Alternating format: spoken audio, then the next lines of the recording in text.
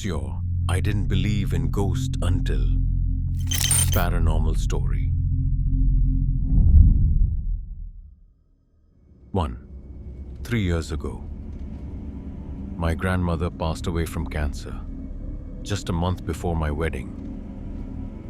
I visited her the day before she died, but due to work, I couldn't go to the hospital on her final day, and I felt heartbroken about it. After her funeral, I had a strange dream. I was at my parents' house, but it resembled my friend's house. My friend said the house was full of ghosts. And then I heard a knock at the door, through the stained glass window by the door. I saw the silhouette of a small woman in a purple sweater, the one my grandmother often wore before being hospitalized. I opened the door and saw her standing there. I asked how she was, but as I unlocked the door, I jolted awake. Shocked, I got up, grabbed some water, and thought about the dream. About an hour later, I fell back asleep, and the dream picked up where it left off. I opened the door, and there she was, holding a plate of my favorite food she used to make. I hugged her, asked how she was, and she said she was fine, telling me not to be sad and that everything would be okay. I told her I loved and missed her, hugged her one last time, and woke up. I felt happy. But when I told my wife, I broke down crying. In the dream, her bringing my favorite food felt so real. The conversation didn't feel like a typical dream. It felt genuine, if that was her visiting me. I'm grateful I got to say a final goodbye. 2. I once rented a townhouse in the middle of a forest with my ex-girlfriend. One night, around 3 a.m., I was on call when she phoned me in a panic. I thought someone had broken in and was ready to rush home, but it turned out the wooden gate at the bottom of the stairs, used to keep our puppy downstairs, had flown from the base of the stairs, glided the entire length upward, hit the ceiling, left a mark, and crashed down in pieces. The puppy was crated all night and couldn't have done it. The front door and windows were locked from the inside. So bizarre. Later that month, while chatting in the kitchen, the heavy cat food dish, which I had just cleaned and placed on the counter, suddenly rotated 90 degrees, stood upright, then slowly turned another 90 degrees, flipping upside down, as if it wasn't touching the ground. That dish was incredibly heavy.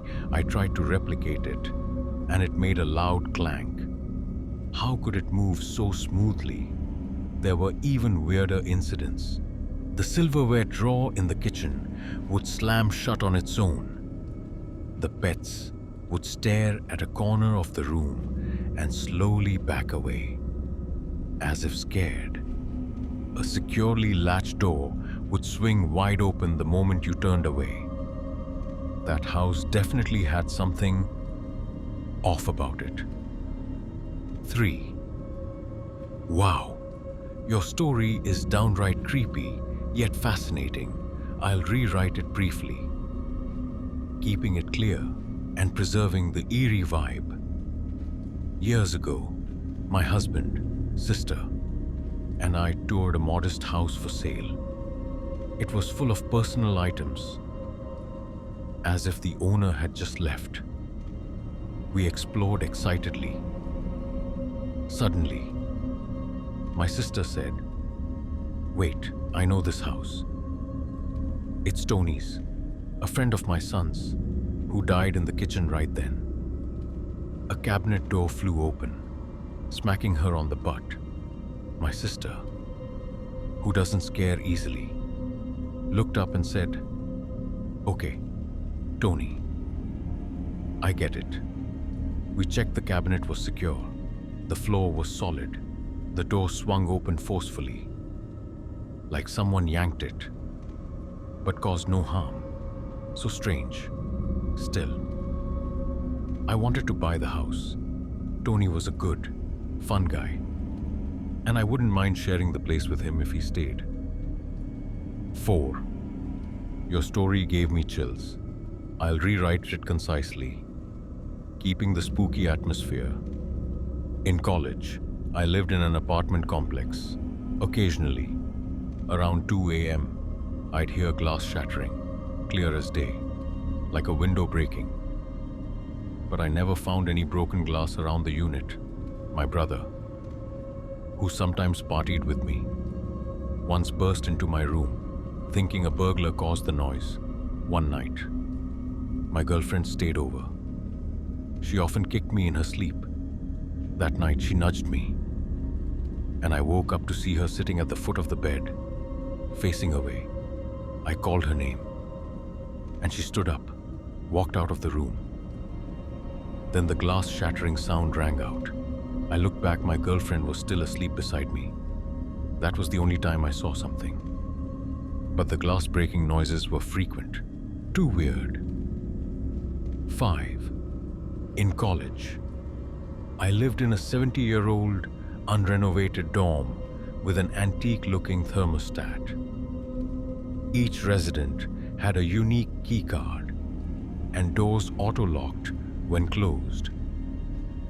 My bedroom had a loft bed near the ceiling, a mirror, and a wardrobe. During winter break, I stayed in the dorm with my dog, while my 2 roommates went home to other states. A few days in, while showering, the bathroom door opened, and I heard a loud thud from the room. I called out my roommate's name, got no response, and assumed I misheard. A few nights later, another thud came from my roommate's room. My dog, 60 pounds, never scared, panicked, and hid under the bed. I called and texted my roommate. She confirmed she hadn't returned. Her door was locked, and I thought maybe maintenance was there though. 9 p.m. seemed unlikely. A week later, my roommate returned, pale, and asked if I'd been in her room. I said no. She showed me her fairy lights were cut in half. Dangling, 2 wardrobe doors were off their hinges, neatly stacked to the right of the wardrobe, not on the floor. So bizarre. The school confirmed no one entered her room then. After that, I occasionally experienced odd things in the dorm. My dog was often spooked. When I finally moved out, I was relieved. 6. About 8 years ago, when I was skeptical about ghosts, my family and I stayed at the Fort Garry Hotel in Winnipeg, Manitoba. The hotel was stunning, so I explored during downtime. I often get lost in buildings, and this was no exception. I met someone who looked like a hotel staff member, but not housekeeping or front desk, so I wasn't sure what they did.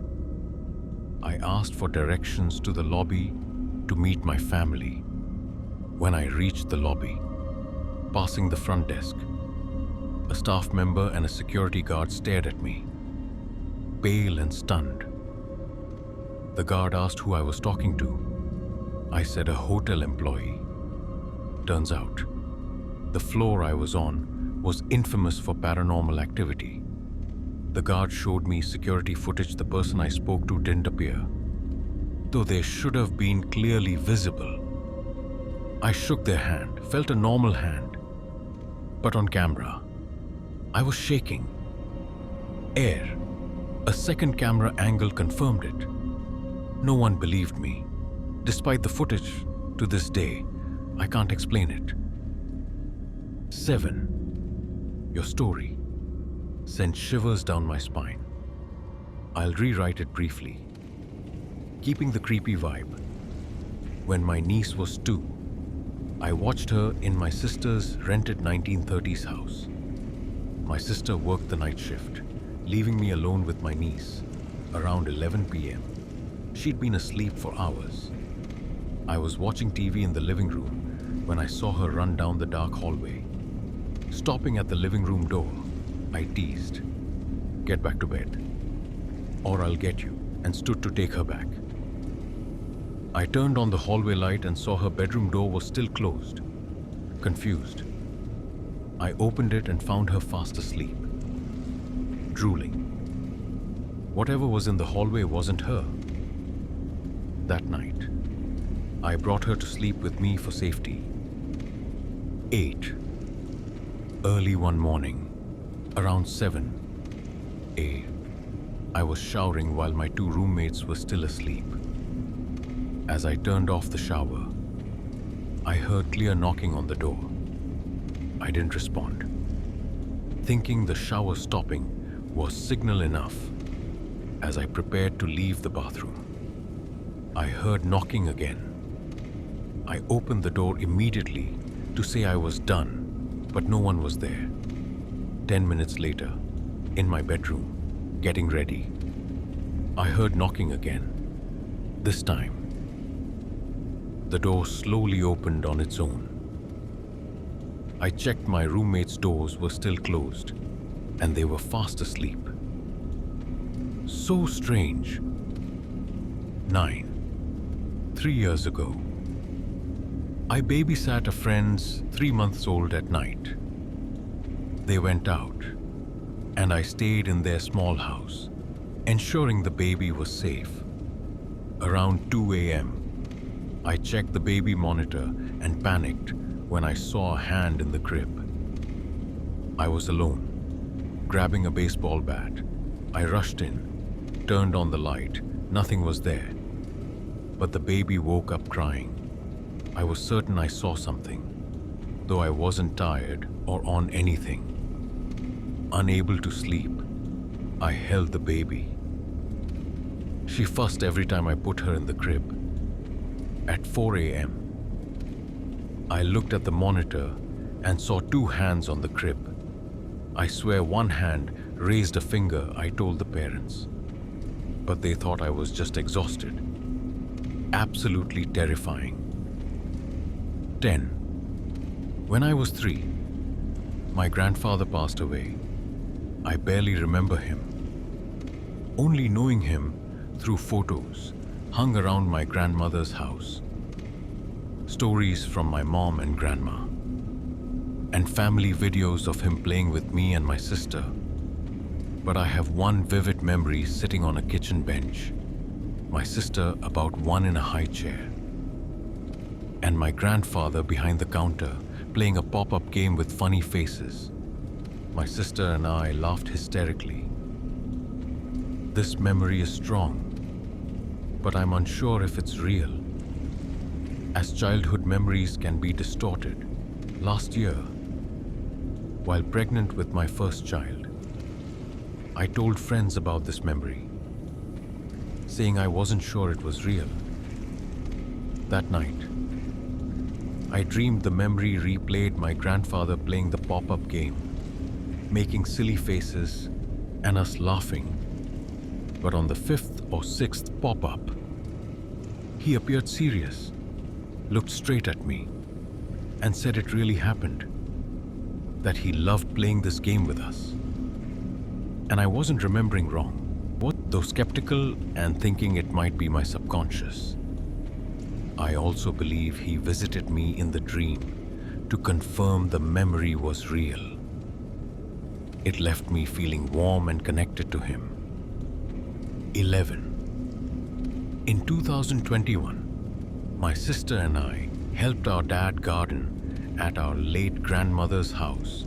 She passed in 2016. Bored, we asked to play on the road by the train tracks, near a cemetery. He agreed, Halfway down, my sister forgot the grass clippers and went back, leaving me alone. Suddenly, I saw something rush toward me, not an animal, but like a person in a white shirt, panicking. I screamed for help and ran. Looking back, nothing was there. I told my dad and sister, but they didn't believe me. When we returned to the road, I smelled a foul odor, like a corpse. We found nothing, but that smell still haunts me, leaving me terrified. 12. I work at a hotel built in 1885, so strange occurrences are common. Once, while vacuuming in the middle of a room, the vacuum shut off.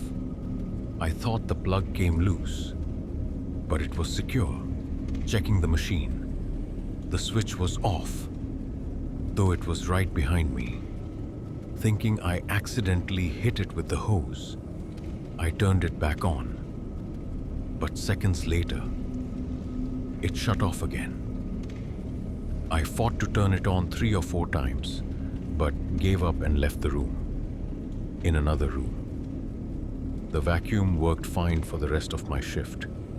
It felt like someone there enjoyed pranking, as I wasn't scared, just amused.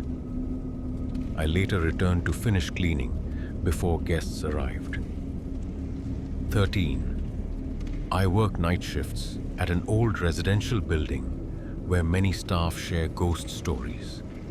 During a break, a co-worker told creepy tales, but as a skeptic, I argued everything had a logical explanation and ghosts don't exist. She disagreed, sharing accounts from credible witnesses, even worrying my skepticism might anger spirits. I jokingly dared a ghost to appear, but stopped when I saw her genuine fear. That night, while patrolling together, a TV in a room blared at full volume with static as we passed. My co-worker freaked out, yelling that the ghost was mad at me. I turned it off with the remote on the table. No one was around, and I couldn't explain why it turned on at that moment. She saw it as proof. I, still skeptical, was slightly unnerved, maybe karma for mocking her beliefs. I still don't believe in ghosts, but that moment almost shook me. 14. Since I was 2, I 20 female have lived in my family's house, which I believe is haunted. As a kid, I believed in ghosts because my brother told shadow stories. By 10, I stopped believing and laughed at him for saying our house was haunted. Right after, lying in bed, I saw my mom walk past the hallway, though she was in Hawaii visiting my sister. Later, all 4 of us got used to seeing spirits resembling family members, like it was normal. Another time, my mom, back from a trip, was helping me set up my PS2. I mentioned the house being haunted, and the DJ Hero disc spinner on the Xbox slowly spun, then went crazy, knocking games off the table. My mom calmly stopped it and continued, like nothing happened. In December 2016, my grandfather passed. In November 2018, my dad gave me a necklace my grandfather, a jeweler, wore for 20 years with a secure double clasp. One night, showering with music on a speaker, songs with profanity or drug references kept switching. Used to ghosts, I asked them to stop. A few songs played fine, but while drying off, the music switched again, annoyed. I yelled, "Leave my music alone instantly." My necklace fell off despite the tough clasp, and the music stopped. I haven't yelled about music since. 15. My friend lived in a 2-bedroom apartment with 2 others. The large room was shared, while the small one was for 1 person. Oddly, whoever slept in the small room couldn't sleep, tossing and turning every night. Even when they rotated, they initially brushed it off once. Friends stayed over, partying in the large room. A girl near the small room's door heard whispering, "Why is everyone leaving me alone tonight?"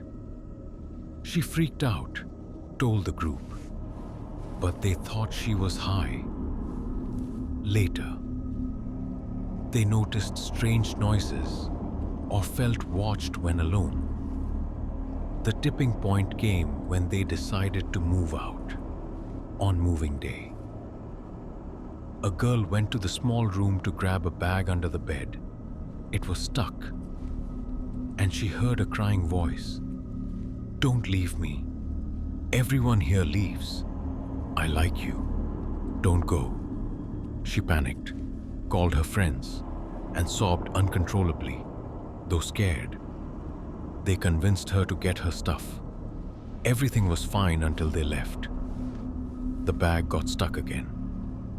Though the floor was clear, no matter how they pulled, it wouldn't budge. Terrified, they abandoned everything, fled the apartment, left it unlocked and never looked back. 16. A few years ago. At 23, I lived with my parents. One day, I was in my second-floor bedroom, watching TV and talking on the phone with a friend.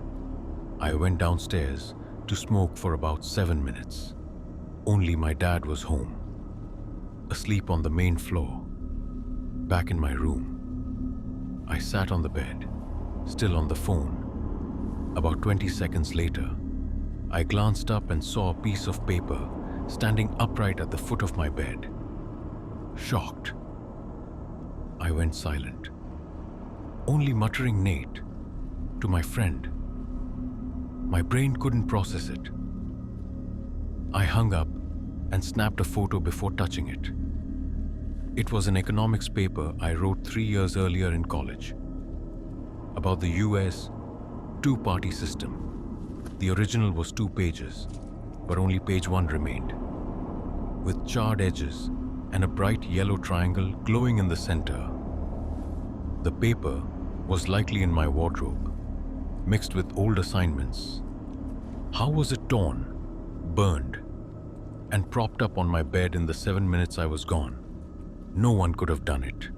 Panicked, I left and stayed at a hotel with my friend. What followed was equally terrifying, but I won't share now. I still don't understand why the paper appeared, what the burns or triangle meant. It changed how I view the world. Just 7 minutes. 17. As a kid, my family moved often due to divorce and rentals. In my childhood home, my brother and I played in the basement, but a guest bedroom at the end of the hall always felt unsettling. We avoided passing it, didn't use the nearby bathroom, and never left each other alone down there. The room was empty except for an old wooden bed and a chest from my dad's family. My mom wanted to redecorate, but my dad insisted on keeping it. Years later, I told my dad about the bad vibes in that room. He admitted seeing something pass the basement bathroom door when it was ajar, like someone gliding through the hall. My brother, as a toddler, would stare and laugh at nothing in the room. My dad once yelled, "Get out," and my brother stopped reacting, but my dad still felt a presence. I concluded the entity was tied to my dad. After my parents' divorce, he took the furniture. My relationship with him soured, with frequent arguments, even in new homes. The heavy feeling followed the guest room with that furniture.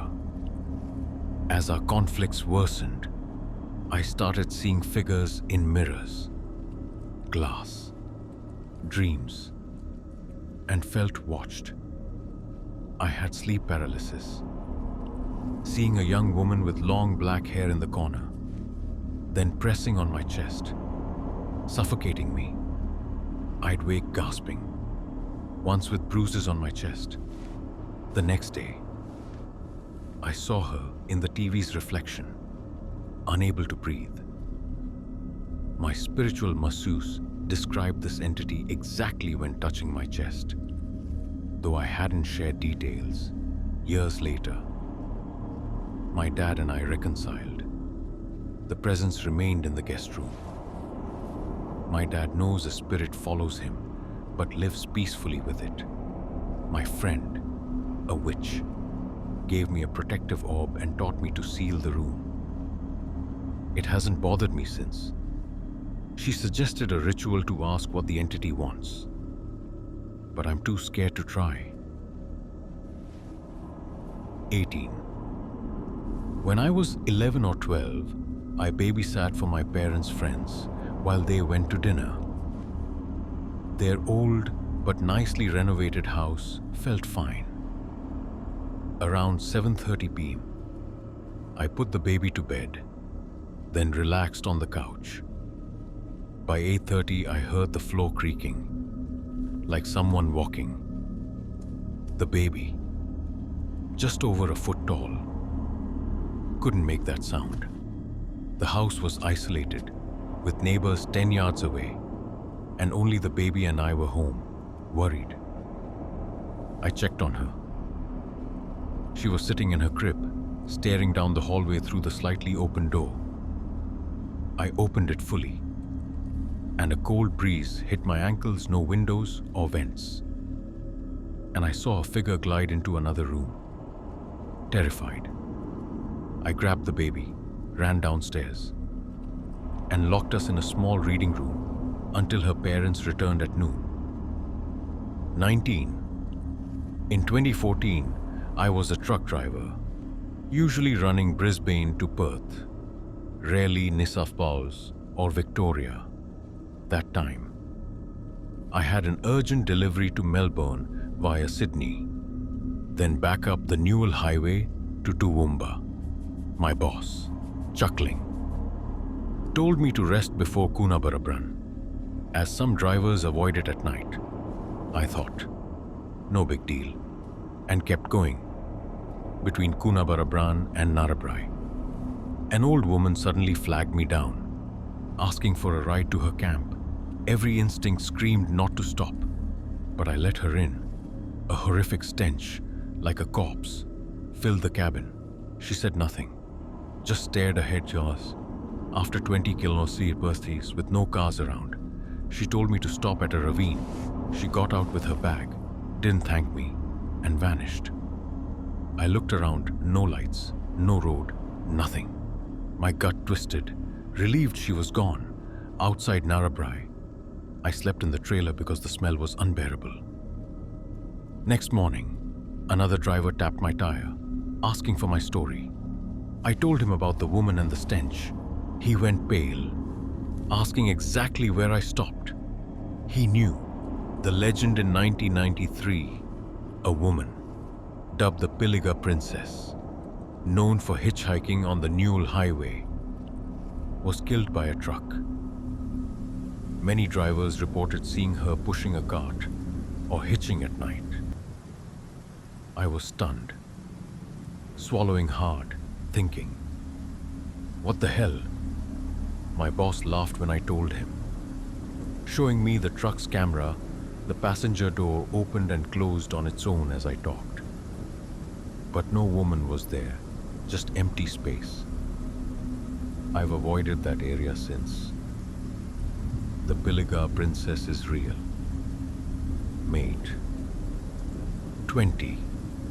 Around midnight, I left my apartment for a walk near a forest by my place. I planned to take a path through the woods, but it was pitch black. No lights, barely seeing a few feet. So I turned back. About 15 feet from the forest, I heard footsteps right behind me, 2 or 3 feet away. I turned, nothing there, but the steps continued whenever I walked. No hiding spots, no one around. Recalling ghost shows, I thought spirits feed on fear, so instead of panicking, I laughed. The footsteps stopped. Back home. I went to bed. An hour later, I jolted awake to a PSST like someone calling. I looked around, no one. I said aloud, "Not now." I'm sleeping, and went back to sleep. If it was just one incident, I think hallucination.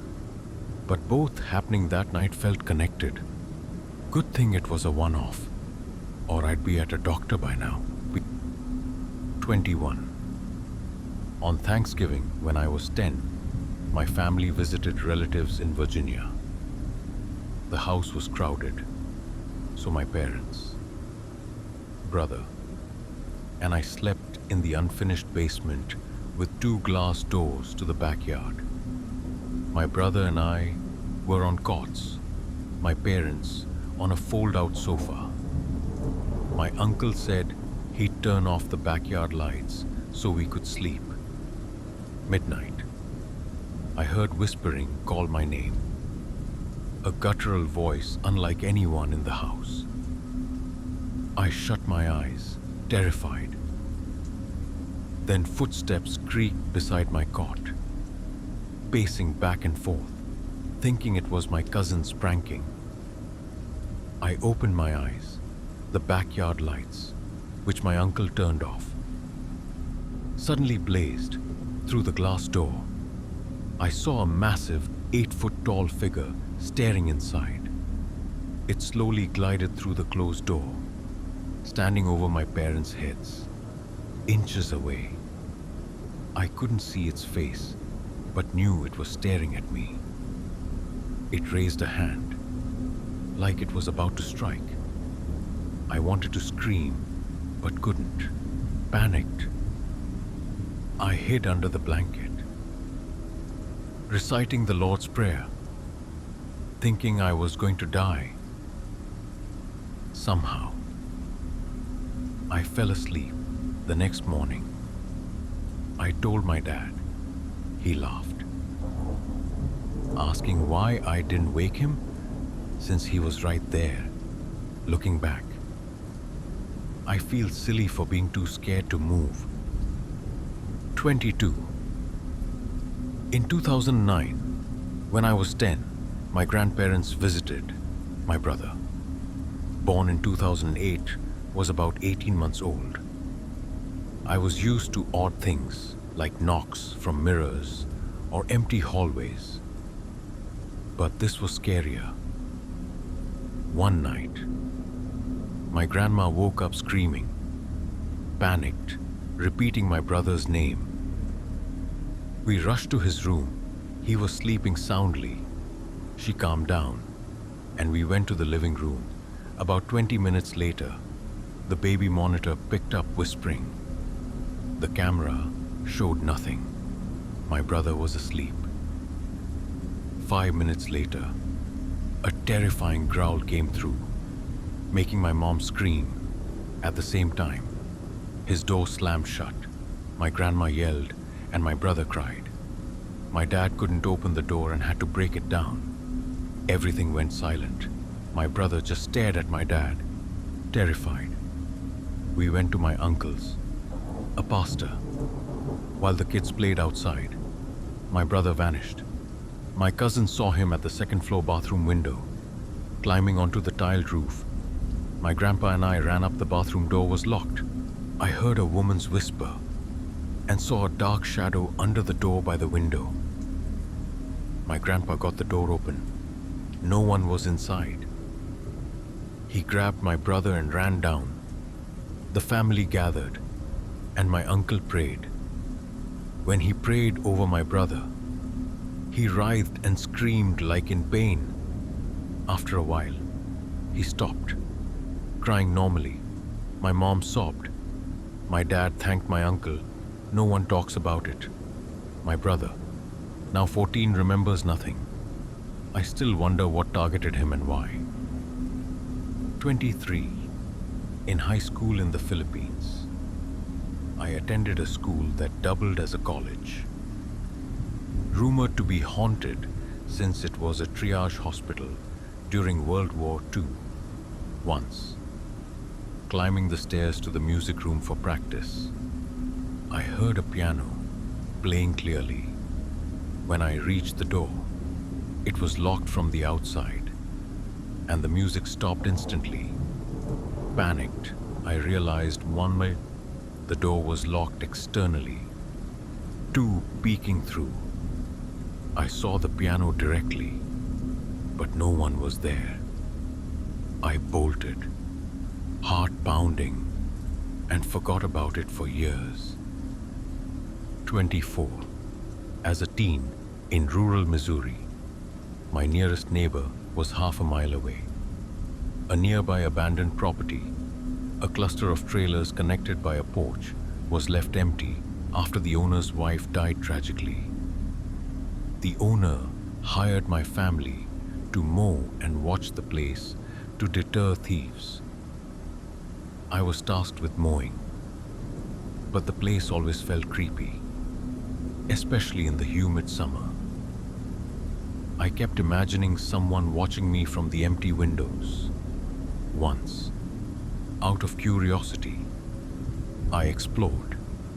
All doors were locked except the back shed, which was stuck. I got it open and found a rock wedged inside.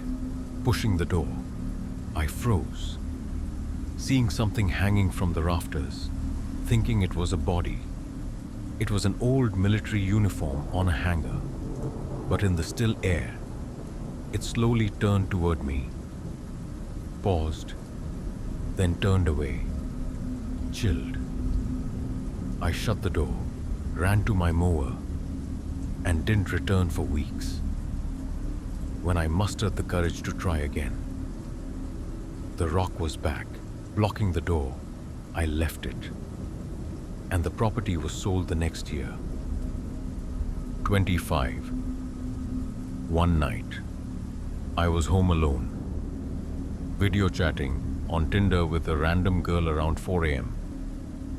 I was on a beanbag in the living room, watching a fake fireplace on TV, drinking a can of Dr. Pepper. We were having fun when I finished the can and set it on the floor. Within 5 seconds, the empty can spun wildly but stayed upright, then slid 10 feet across the living room, still not falling. Shocked, I tried to recreate it but couldn't. The Tinder girl thought I was pranking, but I was freaked out by how bizarre it was. 26. I moved into an old 1940s farmhouse. The attic door, right outside the master bedroom, had multiple locks. In the attic, I found a dusty bed and over 100 snakeskins scattered around. The master bedroom was directly below. After moving in, I'd wake at night to the sound of a marble rolling back and forth endlessly on the attic floor. The bedroom and exterior doors had locks requiring keys. I travel often for work, and every time I returned, light bulbs in the house were burnt out. I suspected electrical issues, but a technician said everything was fine. I guess someone was once locked in the attic, maybe deemed insane, and died there, leaving strange energy. 27. I live with my boyfriend, Will, in a house built in the 1800s by slaves. I suspect it's haunted due to constant odd occurrences. The double closet doors in our bedroom open and close on their own. Our cat acts strangely, staring at a corner and slowly tracking something. Once, I recorded a video as the cat did this. As I hit record, the closet door slammed shut, popped open, and closed again. I caught it on video, and Will, a PhD in archaeology, anthropology, and law, who only trusts science, was convinced. The other day, I was leaning on the sofa while Will wiped his hands with a napkin. Suddenly, the napkin, balled up, flew from his hand, bounced off my nose, not painful, just startling, and landed 4 feet from the coffee table, equal parts funny and creepy. 28. When I was 4 or 5, I slept with my parents in their bed. My mom often did laundry and hung clothes near the window to dry. One night, I was awake and saw my mom's silhouette in light green clothes, hanging laundry. I froze, goosebumps rising, because it felt wrong. At 25, I told my mom for the first time, and she said she never hung clothes at night. That experience has haunted me. Years later, in a different house's basement, I had odd incidents twice. Something yanked my leg hard, like trying to pull me the last time. At 18, I woke up at night, feeling choked, unable to breathe. I screamed for my parents, panicked. My mom said when I was born, the umbilical cord was around my neck. And there's a legend that such kids are prone to supernatural events. I haven't seen anything odd since, but I share it with my wife and friends, though I dislike ghost stuff. 29. As a kid, I always feared my room in our house, which I believe was haunted. I hated sleeping there, often sneaking into my parents' or brother's room to avoid an intangible dread. I had nightmares, waking up at night, swearing I saw an old woman and her child in the closet, a former bathroom. 10 years ago, my cousins moved away, and we lost touch. Recently, chatting, she said our house was creepy, especially my room. Even as an adult, she refuses to sleep there due to the eerie feeling. What convinced me of ghosts was an old snow globe with angels and winged horses. One night, at exactly 3 a.m., it lit up on its own. Though I hadn't touched it, I know the time because I was too shocked to sleep afterward. 30. I never believed in ghosts until staying at my grandma's house. The first time, while changing in my room, I looked at the window and saw a dark figure hovering behind me in the reflection. I thought it was my own shadow and ignored it. Another time, lying in bed, I saw a figure standing in the corner through the window's reflection. I told myself it was a hallucination. But that night, I had horrific nightmares. Another day, relaxing in the room, I heard loud banging on the window, and it cracked. My brother witnessed it but wasn't surprised. Years later, I told him about the figures, nightmares, and cracked window. He calmly said he'd seen similar things. To this day, I believe my grandma's house is haunted.